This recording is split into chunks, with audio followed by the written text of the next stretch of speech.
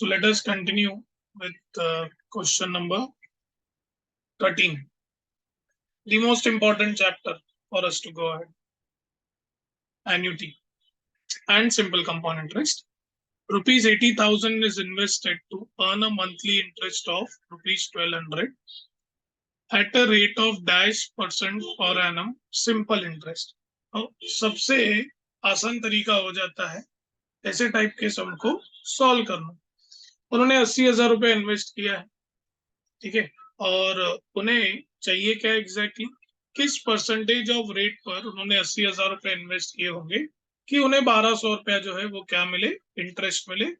ठीक है, बहुत ही सिंपल, करेक्ट। इसके दो तरीके, एक तो जो कैलकुलेटर का मेथड है जो मैंने आपको सिखाया है, आप डायरेक्टली क्या करेंगे, कैलकुलेटर पर आप 80,000 लिखेंगे, फिर आप पहला ऑप्शन लेंगे into 12 into 1 divide by 100, correct. जो भी आंसर आएगा पूरे साल का आएगा तो आप डिवाइड बाय 12 करके देख सकते हैं, जो ऑप्शन जो है वो आपका सही गया।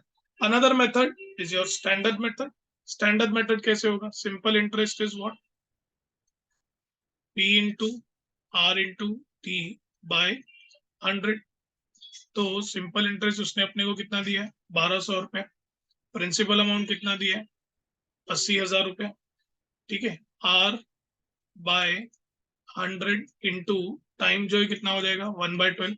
तो जैसे ही आप इसे सॉल्व करेंगे तो what you will get it as 1200 into 12 divided by, या तो ऐसे कर सकते हो, इधर से 2 जीरो कट कर दो, इसको 2 जीरो इधर दे दिए, इंटू 12 कर दिया, into 80,000 is equal to R. So as soon as you will solve this, you will get the value of R to be 18%. But मैं हमेशा से आपको बोलता हूँ, you should always go reverse. Reverse technique सबसे best है, ठीक है। Next question, present value. Find the present value of an annuity of 8 quarterly payments of 500 each, the interest being 8% per annum compounded quarterly. So बहुत simple है, पहले तो आपको present value की फॉर्मूला मालूम होनी चाहिए, बट एज यूजुअल जैसे मैंने कहा हम फॉर्मूला यूज करते नहीं। It is A by I, in bracket क्या आ जाएगा, 1 minus 1 plus I raise to minus, ठीक है। अब ध्यान से दीजिएगा, इन्होंने आपको बोला है n इज इक्वल टू 8 और इन्होंने बोला है प्रेजेंट वैल्यू, तो हम कौन सा मेथड यूज करते हैं प्रेजेंट वैल्यू में, डिवाइड इक्वल टू वाला। Yes, we use the method of what, divide equal to. तो उन्होंने अपने को 8% दिया है कंपाउंडेड क्वार्टरली, तो सबसे पहले मैं कैलकुलेटर में क्या करूंगा, 8 डिवाइड बाय 4 कितना आया, 2, ठीक है। तो what am I going to do is 2% आपको पता होगा, 2 बाय 100 कितना आता है, 0.02। तो 1.02 मैं डिवाइड इक्वल टू करूंगा, इन्होंने 8 बोला है तो मैं कहां तक जाऊंगा, इक्वल टू दबाऊंगा जब तक मुझे पावर जो है वो 10 नहीं आता। फिर मैं क्या करूंगा, GT दबाऊंगा, ठीक है। GT दबाने के बाद, करेक्ट, इन्होंने हमको कितना बोला है, 500 रुपीज ईच। तो मुझे देखो आंसर क्या आ रहा है, 3662.50, ठीक है। से फॉर एग्जाम्पल अगर कुछ न्यू स्टूडेंट्स हैं तो उनको हम बता दें कि कैलकुलेटर, करेक्ट, ये उसका स्क्रीन, इधर आपको एक पावर दिया जाता है, ठीक है। तो आपको पहले क्या करना है बेटा, पहले पहले आपको 2% पता है, क्यों 2%, 8% डिवाइड बाय 4, क्यों 4, क्योंकि क्वार्टरली बोला है, एक साल में 4 क्वार्टर आते हैं, तो मेरे को कितना मिला 2%, दैट इज व्हाट 0.02, करेक्ट। आप क्या करेंगे, आप 1 प्लस 0.02 यानी कि 1.02 पहले पहले कैलकुलेटर में लिखेंगे। Follow this steps very carefully. पहले कैलकुलेटर में आप लिखिए 1.02, फिर आप दबाइए डिवाइड, फिर आप दबाइए इक्वल टू। ये इक्वल टू आपको तब तक दबाना है जब तक इधर आपको पावर में 10 नहीं आता, करेक्ट। क्यों, n अगर 8 है तो जब भी प्रेजेंट वैल्यू होती है हम 2 आगे जाते हैं, करेक्ट, और अगर फ्यूचर वैल्यू होती है तो हम 1 आगे जाते हैं, ठीक है। तो जब तक 10 नहीं आया था, जैसी पावर में 10 आया फिर आप दबाएंगे GT, करेक्ट। GT दबाने के बाद you are going to multiplied by 500, that is your annuity and you will get the exact answer as 3662.50. This is the simplest method, हमने क्लास में कई बार इसे ट्राई किया है, ठीक है। Let's go for the next one. अगर आप कैलकुलेटर ट्रिक से इसे करते हैं तो काफी टाइम कम लगता है और काफी टाइम बचता भी है. No we can utilize this time in some other sums. Next question. The effective annual rate of interest compounded with nominal rate of interest. ये तो बहुत सिंपल है, याद रखिएगा. इसने हाफ ईयरली बोला बेटा. Correct, it has told half yearly. तो 6% अगर पूरे साल का है तो आधे साल का कितना हो जाएगा बेटा? 3%. तो मैंने आपको क्या सिखाया, अगर 100 रुपया लेता हूँ, 100 रुपये पे 6% कितना होगा? 6 रुपया. अब मुझे क्या करना है, 3% साल में 2 बार. तो कैलकुलेटर में क्या दबाऊंगा? 3% है मेरे पास. 3% यानी कि कितना बेटा हमारे पास? 3 divide by 100, that is how much? 0.03. तो 100 रुपए पे मैं करूंगा +3% तो मुझे कितना मिलेगा? 100 रुपया +3% दबाएंगे, +3% दबाएंगे, तो आपको कैलकुलेटर में मिलेगा 106.09. ठीक है. इसमें से प्रिंसिपल अमाउंट कितना मेरा? 100 रुपया. तो कितना मिलेगा मुझे? 6.09. That is going to be our answer. This is the most simplest वे.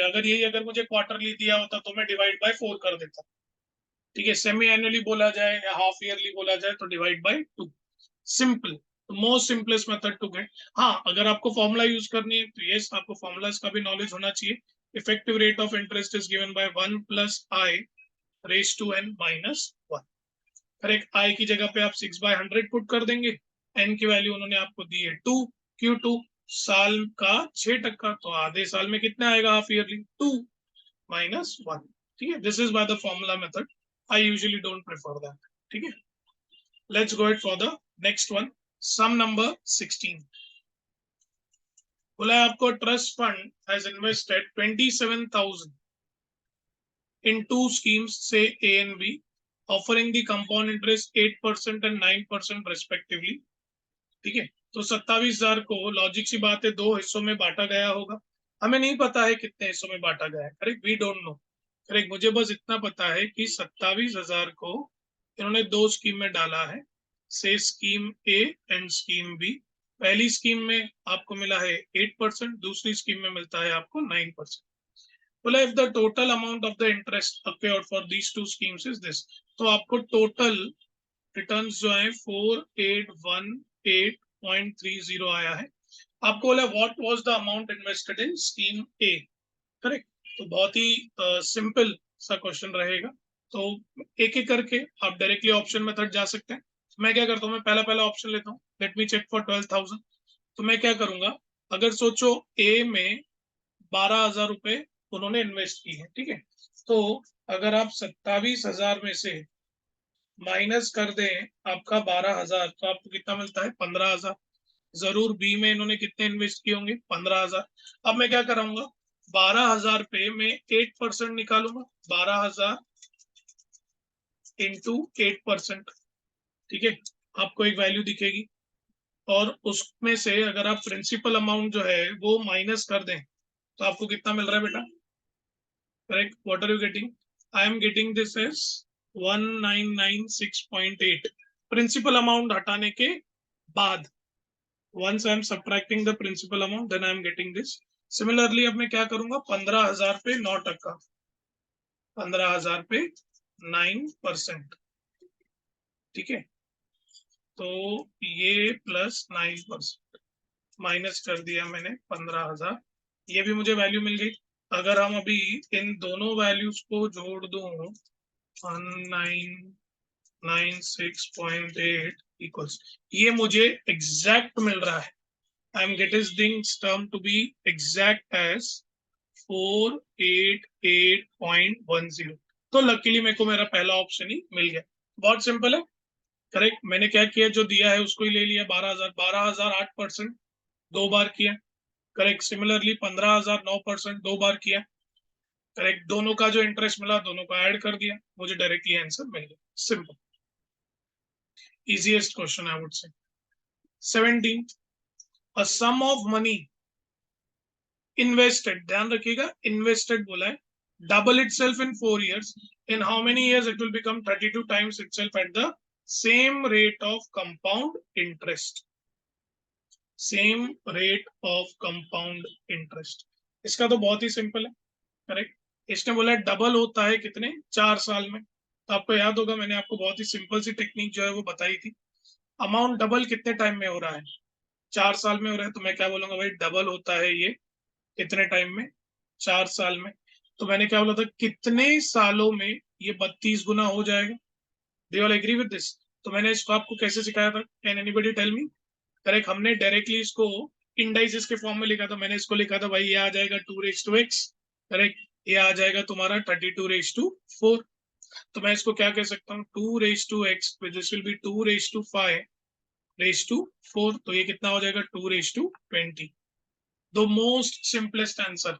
हाँ, मैंने आपको उस टाइम भी कहा था, बहुत सारे बच्चे गलती क्या करते हैं, क्रॉस मल्टीप्लाई कर देते हैं भाई साहब। Correct, you will gate स्टक्ड up. मैंने ये आपको क्लियरली, जब हम भी लिखते थे, हम पहले उसको ऐसे लिखते थे, करेक्ट, 4 और नीचे 32। Then I used to write it in the form of what, exponential. So this is the most easiest way you can go ahead. या तो फिर आप ऐसे भी याद रख सकते हैं कि भाई 2 साल में ये था 4 गुना, तो 32 गुना कितने साल में, ऐसे भी याद रखें।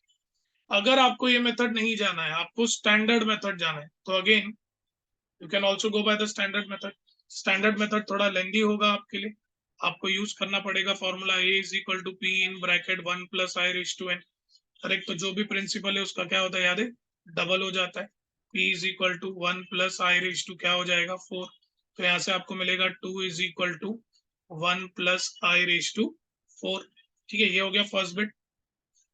फिर A is equal to P in bracket 1 plus I raise to n. ठीक है, तो A इसने कितना बोला, 32 गुना हो जाएगा, तो 32 is equal to P in bracket 1 plus I raise to n. P again will get cancel, मुझे मिलेगा 32 is equal to 1 plus I raised to n। ये पर है 1 plus I raised to 4, taking fourth root on both the sides। 2 raised to 1 by 4 is equal to 1 plus I मिलेगा। I will just put this over here। 32 मुझे क्या मिलेगा, 2 raised to 1 by 4 raised to n।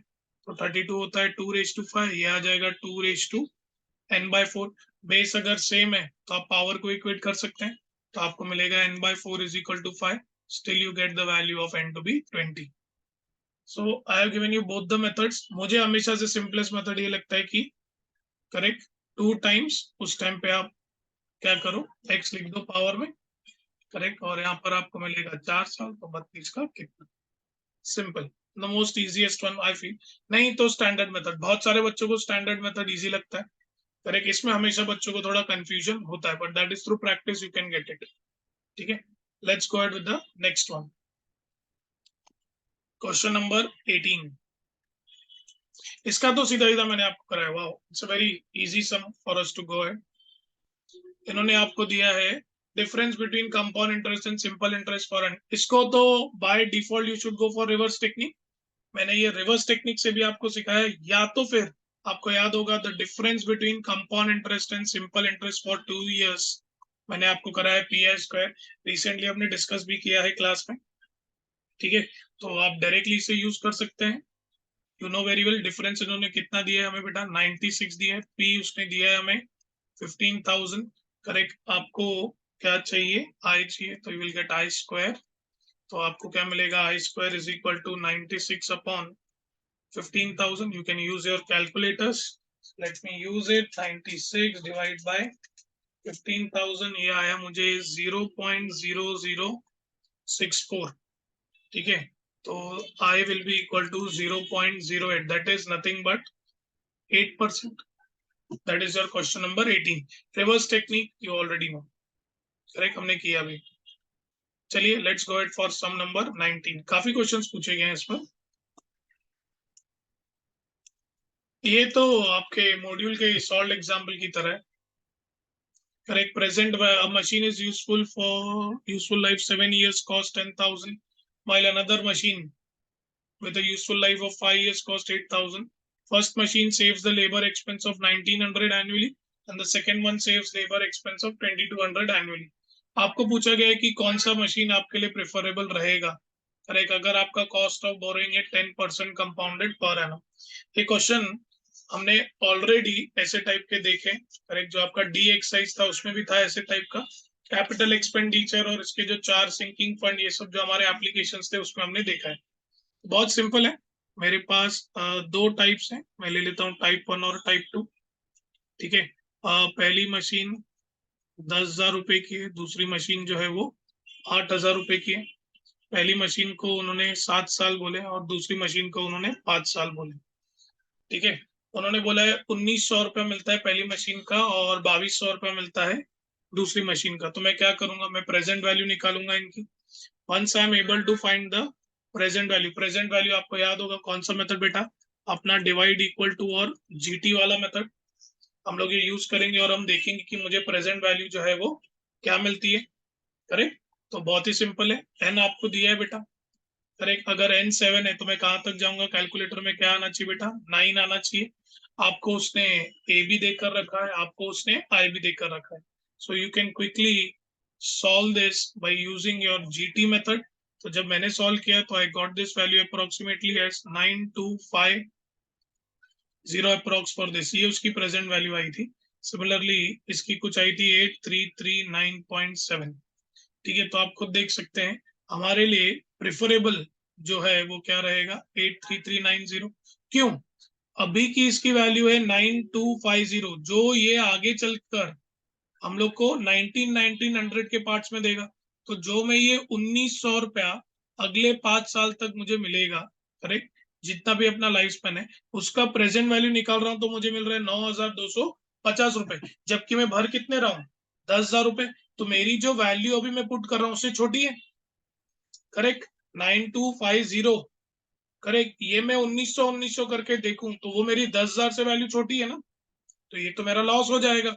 मैं 10,000 रुपये अभी भर रहा हूँ और आगे चल के मुझे रिटर्न कितने मिलने वाले हैं, 9250। तो बेटर क्या रहेगा हमारे लिए, सेकेंड बिट। क्यों, अभी मैं 8,000 भर रहा हूँ, आगे चल के मुझे 8,339.7 मिलेगा।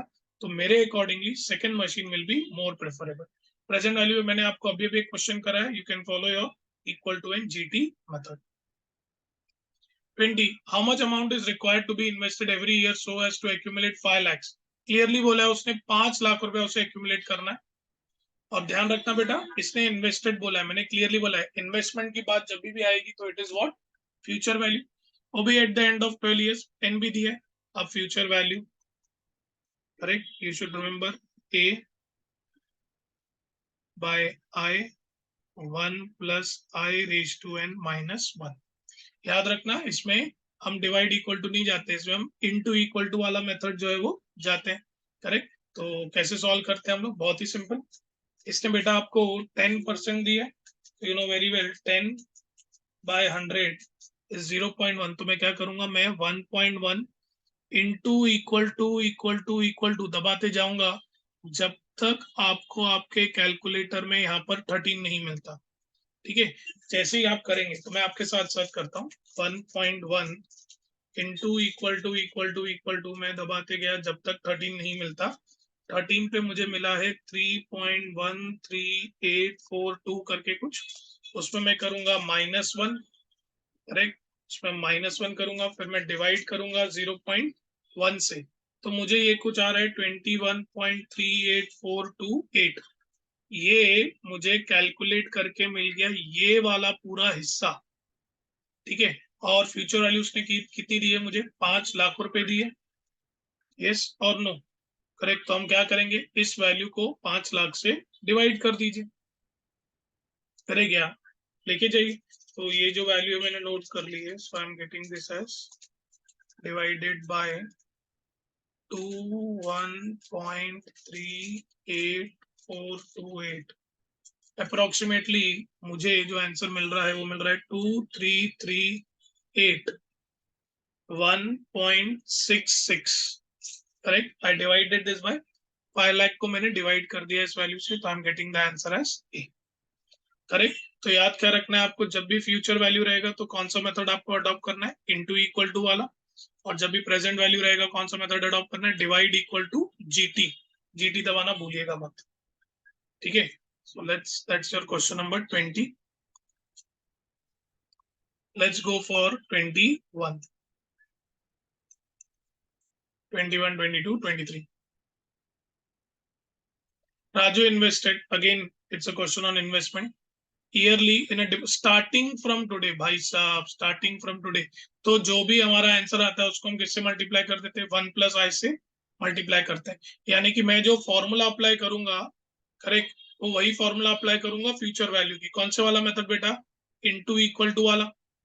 ठीक है, assuming that the interest rate on the deposit scheme is 7% per annum compounded annually, what will be the future value? अब इसने 12 साल बोले, ठीक है, 7% मतलब कितना होगा 0.07। तो मैं क्या करूंगा बेटा, मेरे कैलकुलेटर में पहले आप क्लियर ऑल कीजिएगा, ठीक है, क्लियर ऑल करने के बाद आप क्या करेंगे 1.07 इक्वल टू कब तक बताएंगे, ये 12 साल है तो कहाँ तक, जब तक तुम्हारे कैलकुलेटर में 13 नहीं आता। चलिए साथ में करते हैं 1.07 इक्वल टू मैं दबाता गया जब तक मुझे 13 नहीं मिलता, करेक्ट। तो 13 पर मुझे वैल्यू मिली है 2.252191 समथिंग। फिर मैं करूंगा -1, तो फिर मैं करूंगा डिवाइड बाय 0.07, तो वो मुझे कुछ आया 17.88845 समथिंग। ठीक है, अब उन्होंने हमको ये क्लियरली दिया है कि अमाउंट कितना है 20,000। तो मैं क्या करूंगा, इसी वैल्यू को मल्टीप्लाई कर दूंगा 20,000 से। So I will just multiply this by 20,000।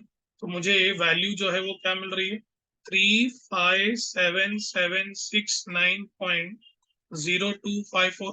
But ध्यान रखना ये क्या है बेटा हमारा, this is our future value but at the end of the year. इसने हमको बोला स्टार्टिंग फ्रॉम टुडे, तो मल्टीप्लाई किससे करूंगा मैं 1.07 से। क्यों क्यों मल्टीप्लाई करेंगे बेटा इसको 1.07 से, तो सॉरी 1.07 से क्यों मल्टीप्लाई करेंगे, बिगनिंग है ना। तो हम लोग क्या करते हैं, जो भी हमारा फ्यूचर वैल्यू का आंसर आता है करेक्ट से व्हाटसोएवर इज आवर आंसर, उसको हम किससे मल्टीप्लाई करते हैं 1 + i। So as soon as I multiplied by 1.07 I am getting the answer as 382812.85। That is nearest answer जो मुझे मिल रहा है वो ही क्या है मेरा बी, नियरेस्ट यही मिल रहा है मुझे। ठीक है, let's go for the next one. Mr. A invested 20,000 every year for next 3 years at an interest rate of 8% per annum. Future value of the annuity. Now this is the most easiest one. Correct, ये तो आप मतलब directly calculator पे करेंगे, इसमें तो आपको कुछ भी नहीं करना है।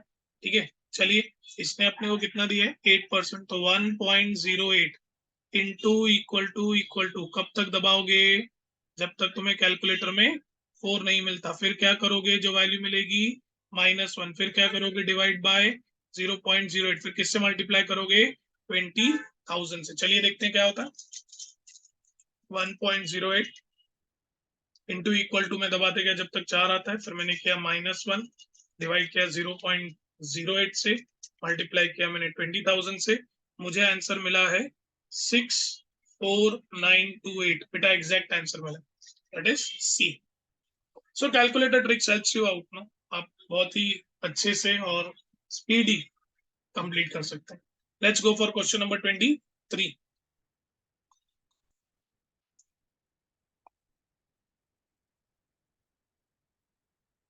10,000 is invested every month, yearly बोला है, in an account paying an interest at 12% per annum compounded monthly. What is the future value of the annuity just after the 11th payment?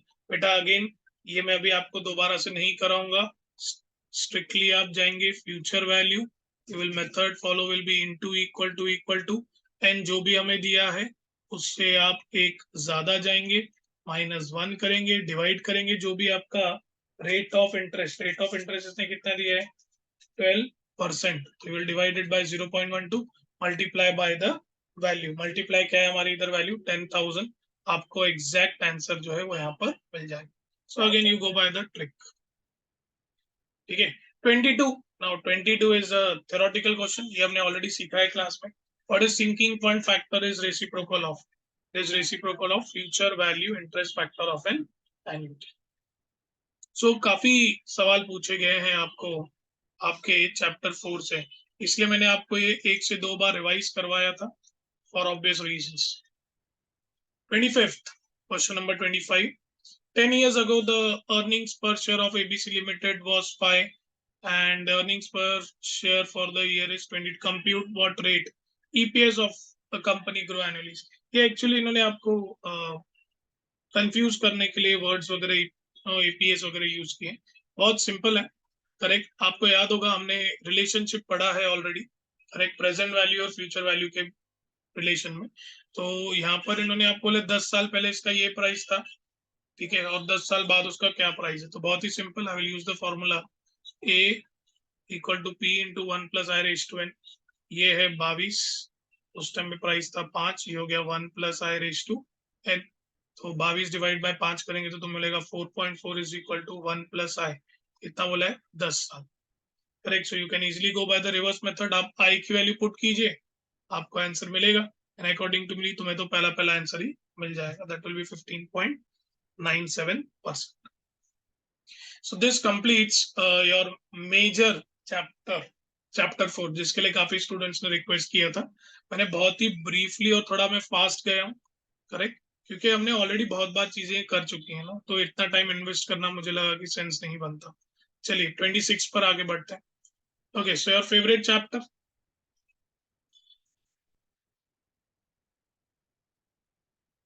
permutations and combinations. The number of ways in which 4 boys and 3 girls are to be seated for a photograph in a row is। बहुत ही simple बेटा, condition किस पर बोला है, correct, alternatively बोला है। तो पहले क्या करेंगे, हम गर्ल्स को बिठा देते हैं, 3 गर्ल्स, 3 गर्ल्स के बीच में कितनी जगह बनेगी, 4। हमने ऑलरेडी सीखा है n+1 जगह बनती है। 3 गर्ल्स आपस में कितने वेज में अरेंज होंगे, 3 फैक्टोरियल में। 4 बॉयज आपस में कितने वेज में, 4 फैक्टोरियल में। So I think you can easily से 4 factorial 24, 3 factorial 6। So 24 into 6 will be 144. Next, 30 points in a plane of which 5 of these lie on the same line. बेटा, और पूछा क्या, देखो नंबर ऑफ ट्राइंगल्स हमने already सीखा है, करेक्ट। अगर हमें कोई कंडीशन नहीं दी रहती तो मैं डायरेक्टली बोलता 30C3। 30 में से एक ट्राइंगल बनाने के लिए मुझे कोई भी 3 पॉइंट चाहिए, 30 में से कोई भी 3 पॉइंट। लेकिन 5 इसने बोला lie on the same line, मतलब ये 5 कैसे हमारे कोलिनियर है। तो टोटल में से मैं माइनस कर दूंगा, कब कब ट्राइंगल नहीं बनेगा, तो मुझे मिल जाएगा कब कब ट्राइंगल बनेगा। तो 30C3 कैसे करते हैं, 30 into 29 into 28 divide by 3 factorial 6, 5C3 होता है 10, करेक्ट। तो ये आ जाएगा आपका 5। So if you use your calculator, you are getting the answer to be 4050। 28, okay, NCR और NPR दिया है, relationship between NCR and NPR। NCR is equal to NPR upon R factorial, ठीक है। NCR उन्होंने दिया है आपको 126, NPR दिया है 3024, R factorial बेटा डायरेक्टली हम कैलकुलेटर यूज करेंगे, 3024 divide by 126, 3024 divide by 126, it's turns out to be 24। तो आपको मिला R factorial इक्वल टू 24, यानी कि R factorial equal to 4 factorial, यानी कि R इक्वल टू क्या मिल गया, 4। R मिल गया, आप n की वैल्यू डायरेक्टली पुट कर सकते हैं। इनफैक्ट मैं यहीं से बोल सकता हूँ answer A will be correct. इकलौता ऐसा है जिसमें ये ऑप्शन जो है आपको दिया गया है, ठीक है, सिंपल। फिर भी अगर आपको चाहिए तो आप वेरीफाई कर सकते हैं। Let's go ahead with the next one, 29th। बोला the number of 3-digit odd numbers you can form using the given digits। Clearly आपको बोला है repetition of the digit is allowed. 3 digit का ऑड नंबर बोला मतलब last place can be occupied by, last place या तो 5 occupy करेगा, या तो 7 ऑक्यूपाई करेगा, या तो 9। तो लास्ट प्लेस के लिए मेरे पास कितने दावेदार हो गए, 3। एक भी जीरो नहीं है, मतलब I need not worry about zero. तो पहली प्लेस पर कौन आएगा, कोई भी 5 में से एक डिजिट। दूसरी प्लेस पर भी 5 में से कोई एक डिजिट। 25 इंटू 3, डायरेक्टली आप बोल सकते हैं 75। So question number 30, functions. ये तो बहुत सिंपल है बेटा, एफ ऑफ एक्स उन्होंने आपको दिया हुआ है x² - 5, सीधा सीधा पूछा है। एफ ऑफ 3 जो है वो क्या होगा, x की जगह पर फिर 3, 9 - 5 क्या होगा, 4। पहला सी 4 है, फिर भी चेक करते हैं। फिर क्या बोला, एफ ऑफ -4, तो -4 का स्क्वायर भी क्या होगा, 16 - 5, कंफर्म 11 आ रहा है। एक और चेक करना है, एक और चेक करो तो 5 square will be 25 - 5, 20, confirm C is my correct answer, ठीक है। So 30 questions down, let's go ahead with the next one.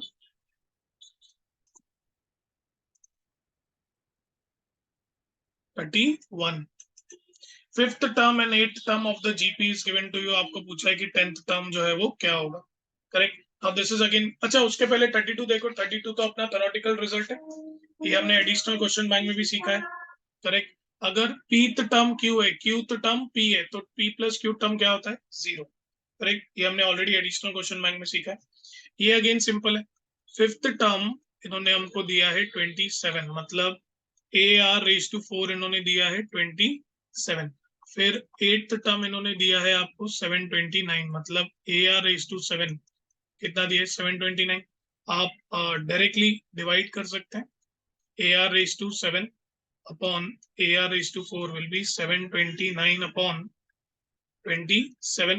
A will get cancel, आपको क्या मिलेगा? 27। A raised to upon A raised to n, R cube equal to मिल गया आपको 27।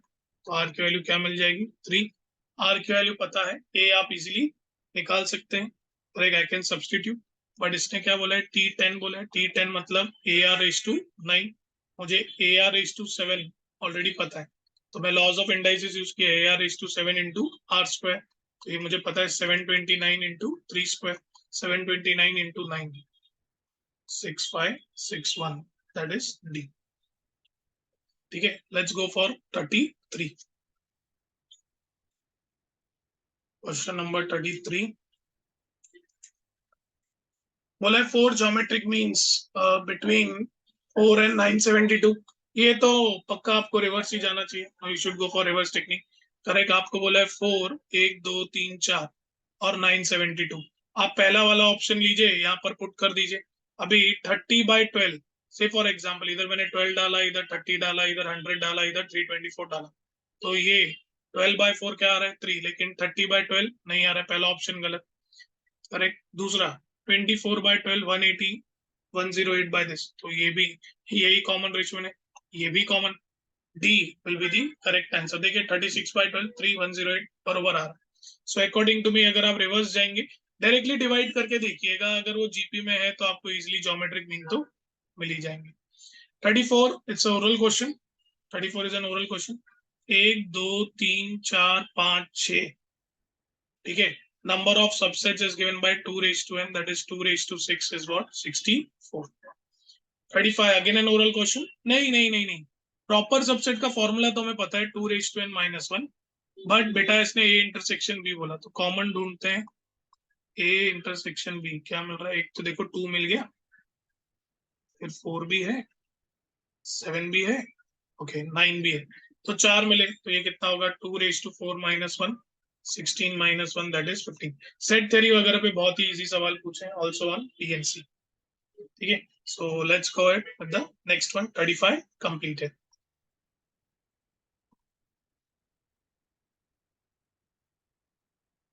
ओह 36 आपका favourite. Correct. Derivatives, मैंने आपको कहा था डेरिवेटिव्स इंटीग्रेशन पर मैक्सिमम अगर क्वेश्चन पूछे भी गए तो तीन, लास्ट में 3 या 4 पूछते हैं, उससे ज्यादा वेटेज नहीं है। और ये तो आपका 11th स्टैंडर्ड का है। करेक्ट, तो डायरेक्टली आप क्या कर सकते हैं? पहले तो इंटू कर दो, x into X minus 1 into X minus 2, तो मिलेगा तुम्हें X square minus 3x plus 2। X को मल्टीप्लाई कर दो, ये मिलेगा X cube minus 3x square plus 2x। एक ही फॉर्मूला यूज होगी, derivative of x raise to n is nx raise to n minus 1, तो dy बाई dx आपको ऑलरेडी पता है, this will be 3x square, oh yes, minus 6x plus 2, option A easiest सम। ये तो उससे ज्यादा easy हो गया। करेक्ट, एक डेफिनाइट इंटीग्रल दिया है, अगेन एक ही फॉर्मूला यूज हो रही है आपकी। Correct, integration of x raise to n dx क्या होता है बेटा? x raise to n plus 1 upon n plus 1।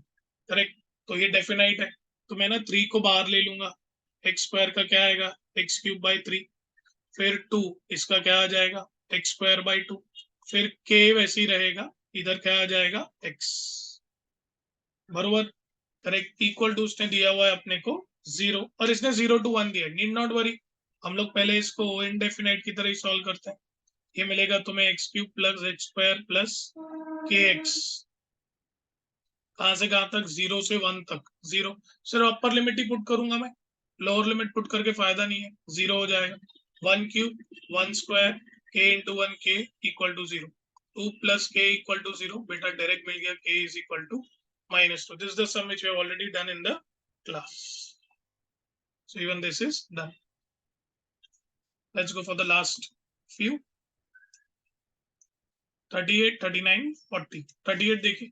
अच्छा, minimum again standard number 12th standard के बेसिस पर इन्होंने क्वेश्चन पूछा है आपको। तो बोला तो पहले मिनिमम और मैक्सिमम वैल्यू किधर है, तो पहले तो हम एफ डैश ऑफ एक्स निकालता हूँ। तो एफ डैश ऑफ एक्स क्या मिलेगा मुझे, 6x² minus 30x plus 36। What we do is we equate F dash of X equal to what, 0। तो 6 को कॉमन ले लिया, तो ये मिल जाएगा मुझे x² minus 5x plus 6 equal to 0। दो फैक्टर आएंगे बेटा, x minus 3, x minus 2 equal to 0। तो x equal to 3, x equal to 2। अब मुझे ये जानना है मैक्सिमम किधर है, मिनिमम किधर है, तो उसके लिए मुझे डबल डेरिवेटिव लेना पड़ता है, f double dash of x। तो ये आ जाएगा 12x माइनस 30। तो अब क्या करो, पुट करो f डबल डैश ऑफ 3। तो अगर मैं 3 पुट करूं तो 12 3 जा 36, क्या है 6 ग्रेटर देन 0। अगर ग्रेटर देन 0 आया तो इसको हम बोलते हैं minima. Correct, f double dash of 2। तो ये कितना आया, -6 लेस देन 0। तो लेस देन 0 आया तो हम क्या बोलते हैं, मैक्सिमा। तो मिनिमम आना चाहिए इस पर। ओह यस, इसको सॉल्व करने की भी जरूरत नहीं थी, चारों ऑप्शन सेम। ठीक है, 39। अगेन डेफिनेट इंटीग्रल्स, 3 कांस्टेंट बाहर, x स्क्वायर का क्या आएगा, x³ by 3। Integration of x raise to n is x raise to n plus 1 upon n plus 1। 0 से लेकर 2 बोला है, 3 3 कट। तो basically it is x³ 0 to 2, 2³ minus 0, that is 8. Again option is C. ठीक है, let's go ahead with the last question on mathematics, that is question number 40. Again अगर देखेंगे तो ये हमने ऑलरेडी सीखा है, लीनियर टर्म है, इंटीग्रेशन में सिर्फ लीनियर टर्म पर ही आप चेन रूल अप्लाई कर सकते हैं। तो हमने सीखा है integration of ax plus B raise to n dx। मैंने क्या बोला था, इसको x ही मानो और क्या लिखो, n plus 1 upon n plus 1। ठीक है, प्लस सी। लेकिन क्योंकि इधर एक लीनियर टर्म है तो मैंने क्या बोला था, x का कोएफिशिएंट क्या होगा, a। तो आप क्या करेंगे, इंटू 1 बाय a। तो यहाँ पर भी 2x प्लस 3 रेज टू 5 है, तो आप क्या बोलेंगे, 2x plus 3 raise to 6 by 6 into 1 by a। a मतलब क्या, x का कोएफिशिएंट, वो क्या है 2 प्लस c। तो 6 2 जा 12, 2x plus 3 raised to 6 by 12, that is C. So here we complete our entire paper discussion of mathematics for June 2023 series 1. Correct, बहुत ही briefly हमने देखा है। Correct. So I wish you all the very best for your examinations. So see you soon. Thank you everyone. Have a great day. Bye.